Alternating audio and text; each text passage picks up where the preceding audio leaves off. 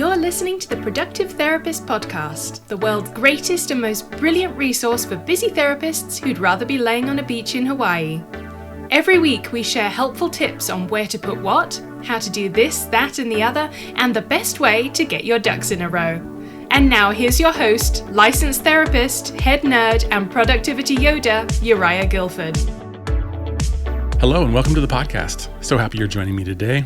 Over the last couple of weeks, I've shared with you a few of my favorite tips and tricks for regaining control of your email inbox. But today I want to share with you the mother of all tips.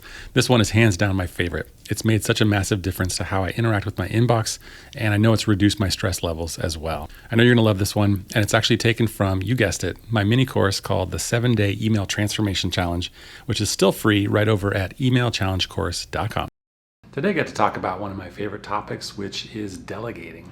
So we're going to talk about how to outsource part of your email management to an assistant, whether that's a virtual assistant or somebody that actually works in your office. Now this really is the ultimate productivity hack because if you can delegate tasks that you don't have to do, that saves you time and it makes you more efficient, helps you focus on the important things. Now, I'll be perfectly honest with you. This is definitely a work in progress for me. I've actually delegated my email to my assistant, Jamie, at least 4 or 5 times, and then I've taken it back and then given it back to her, trying to get help and then taking back control. It's a struggle. So I'm going to be real with you. This is not an easy thing to do. But if you can do it successfully, like I said, you will be so much more productive and so much more efficient.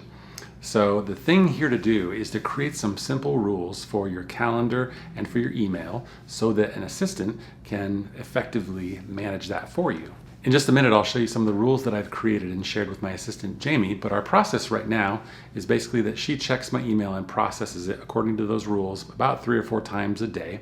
And fortunately, she gets up super early in the morning because she has a 5-year-old son. And so by the time I get to my email, she's already kind of sorted things, responded to certain ones that needed to be responded to, maybe scheduled a few things on my calendar. So I am at a good starting point for the day. The goal for me is to get to a place where I am batching my email and only checking it a couple times a day.